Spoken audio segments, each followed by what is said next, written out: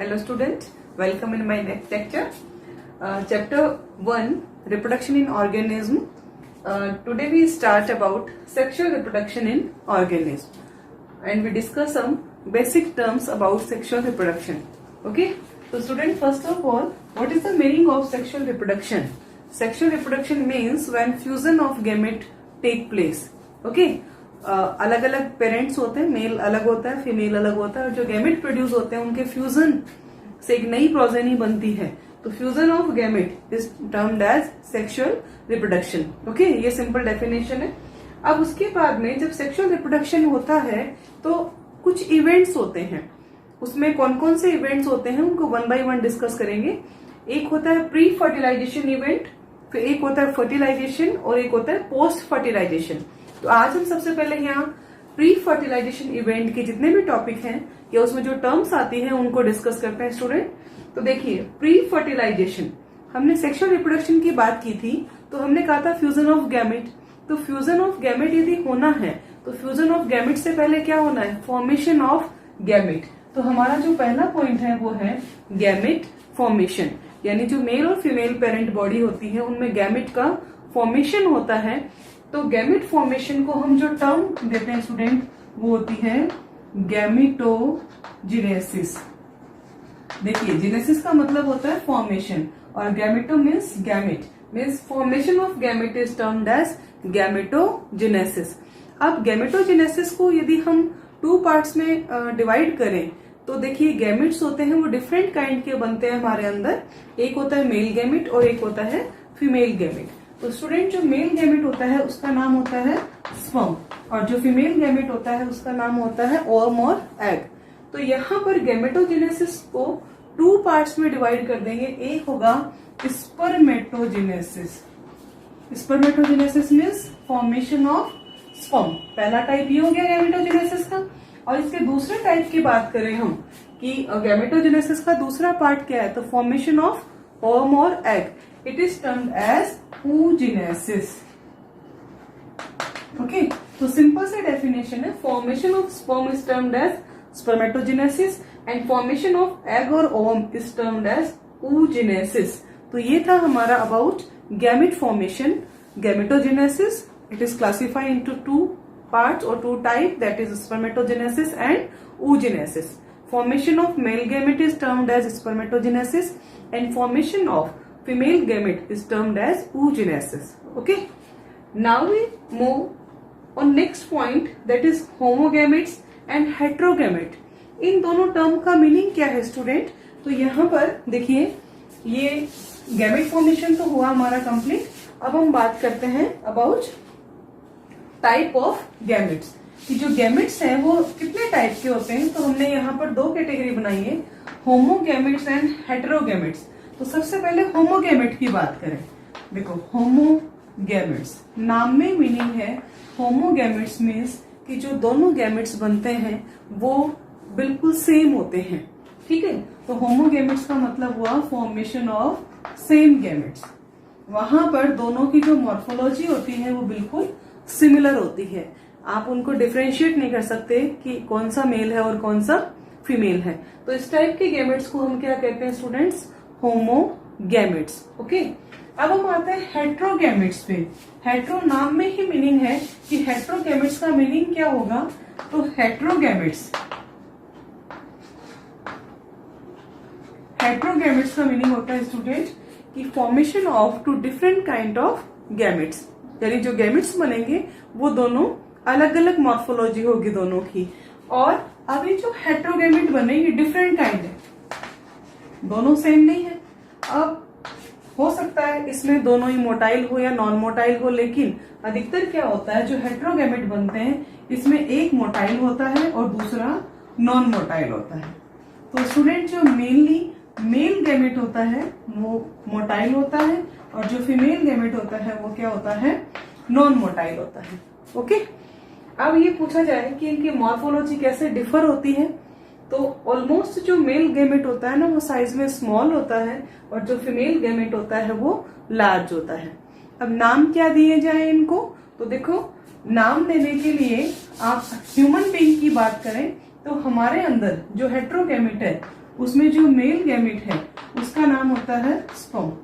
और यदि आप ब्रायोफाइट्स की तरफ जाते हैं, प्लांट्स की बात करो, तो वहां पर उसको नाम दिया जाता है एंथ्रेजॉइड्स। ओके, और जो फीमेल है गैमेट उसका नाम होता है हमेशा एग और ओवम। ओके, तो ये था about heterogametes, type of gametes, homogametes and heterogametes. अब हम जो नेक्स्ट टर्म है हमारी उसको डिस्कस करते हैं, दैट इज होमोथेलिक एंड हेट्रोथेलिक। ये किसके लिए टर्म यूज होती है स्टूडेंट? तो देखो कुछ एग्जांपल लिखे मैंने होमोथेलिक और हेट्रोथेलिक के लिए। यहाँ पर क्या मीनिंग होता है होमोथेलिक और हेट्रोथेलिक का? तो देखो अब मार्केशिया का एग्जांपल लो। मार्केशिया 11th क्लास में पढ़ा था हमने कि उसमें जो थैलस होता है मार्केशिया का, उसमें दोनों थैलस पर अलग अलग, यानी जो सेक्स होते हैं वो सेपरेट होते हैं, दोनों अलग अलग थैलस होते हैं, वो अलग अलग गैमेट प्रोड्यूस करते हैं। तो उसके लिए हम क्या टर्म यूज करते हैं स्टूडेंट? हेटेरोथैलिक। होमोथैलिक का मीनिंग क्या होता है कि जब एक सिंगल थैलस या सिंगल ऑर्गेनिज्म दोनों टाइप के मेल और फीमेल गैमेट्स प्रोड्यूस करता है, तो उसको हम क्या कहते हैं? होमोथैलिक। तो इससे एक टर्म और बन जाती है, इसके एग्जाम्पल है होमोथैलिक के कोकोनट एंड कारा।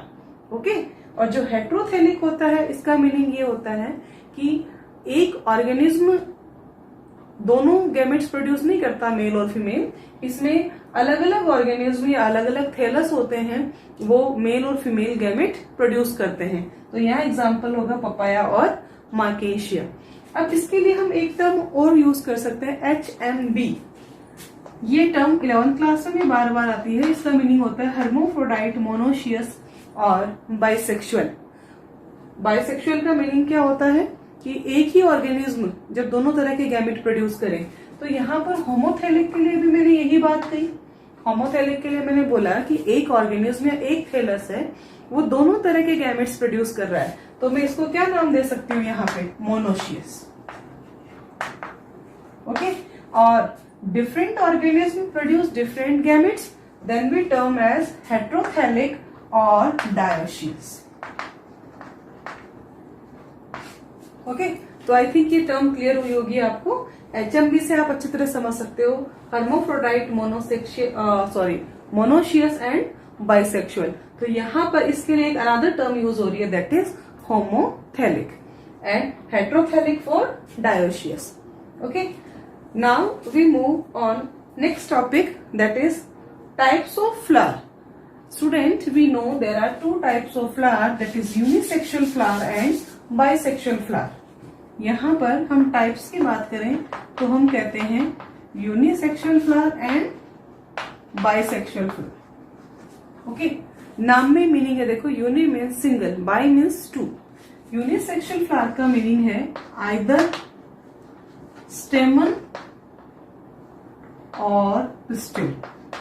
मीन्स कि जो फ्लावर होता है या तो उसमें मेल रिप्रोडक्टिव पार्ट होगा या उसमें फीमेल रिप्रोडक्टिव पार्ट होगा।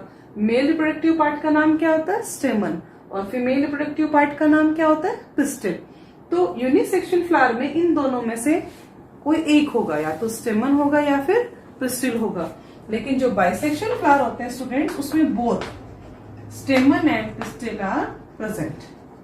Both stamen and pistil are present, दोनों ही प्रेजेंट होते हैं।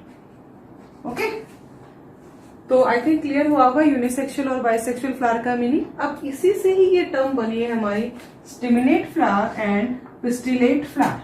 देखो क्या मीनिंग हुआ, वो फ्लावर जिसमें स्टेमन है, ओनली स्टेमन है। यूनिसेक्सुअल फ्लावर की बात करेंगे हम यहाँ पर। यूनिसेक्सुअल फ्लावर में जो सिंगल सेक्स प्रेजेंट है, that is स्टेमन। Those flowers are known as staminate. Okay, and the flower that contain only pistil, जिसमें फीमेल रिप्रोडक्टिव पार्ट है। यूनिसेक्सुअल ये भी है, लेकिन कौन सा रिप्रोडक्टिव पार्ट प्रेजेंट है? फीमेल। तो उसका नाम हम क्या देते हैं स्टूडेंट? Pistillate flower. ओके, तो आई थिंक ये टर्म क्लियर हुई होगी। अब हमने इवेंट कौन से चल रहे हैं हमारे? प्री फर्टिलाइजेशन इवेंट है। तो प्री फर्टिलाइजेशन इवेंट में गैमेट फॉर्मेशन पढ़ा, फिर हमने उसके टाइप पढ़े हैं, और उसके बाद कुछ टर्म्स और डिस्कस करिए। अभी इसी लेक्चर में हम आगे कंटिन्यू करते हैं। प्री फर्टिलाइजेशन में सेल डिवीजन और गैमेट ट्रांसफर भी आता है, क्योंकि गैमेट बनेंगे और उनका ट्रांसफर जो होगा ना वो इवेंट भी किसमें इंक्लूड होगा, प्री फर्टिलाइजेशन इवेंट में। तो उसके बाद हम जो टॉपिक डिस्कस करेंगे वो होगा fertilisation and then post fertilisation. तो अभी इस लेक्चर में स्टूडेंट आइए देखते हैं about cell division and gamete transfer. Okay, तो स्टूडेंट प्री फर्टिलाइजेशन इवेंट में हमारा एक टॉपिक और है cell division and gamete transfer. तो देखिए स्टूडेंट, जब गैमेट बनेंगे तो ऑब्वियस है सेल डिवीजन होगा। गैमेट का फॉर्मेशन किसी न किसी तरह के सेल डिवीजन से होगा। तो हमें ये पढ़ना है कि जब गैमेट बनते हैं तो कौन सी सेल्स पार्टिसिपेशन करती है, उनका नाम क्या होता है, टाइप ऑफ सेल डिवीजन कौन सा होता है। ओके, तो स्टूडेंट सबसे पहले ये ध्यान रखना है हमें कि जो भी गैमेट्स बनते हैं ना वो हैप्लॉइड होते हैं। हैप्लॉइड का मतलब होता है n situation means number of chromosomes remain half. तो हम बात करें कि जब गैमेट फॉर्मेशन हुआ तो गैमेट फॉर्मेशन जब हमारे अंदर सेक्सुअल मैच्योरिटी आती है उस वक्त गैमेट फॉर्मेशन स्टार्ट होता है ना, तो उस वक्त कुछ पर्टिकुलर सेल्स गैमेट फॉर्मेशन करना स्टार्ट करती है।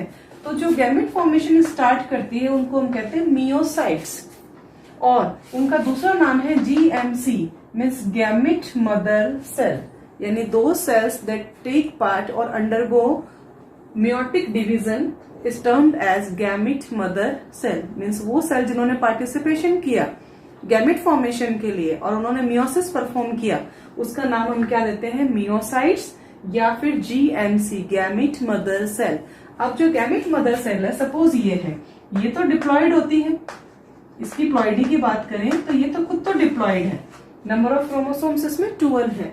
लेकिन जब ये मियोटिक डिवीजन परफॉर्म करती है तो मियोटिक डिवीजन परफॉर्म करने से जो सेल बनती है हमारे पास या जो गैमेट्स बनते हैं वो कौन से बनते हैं, हैप्लॉइड गैमेट्स बनते हैं।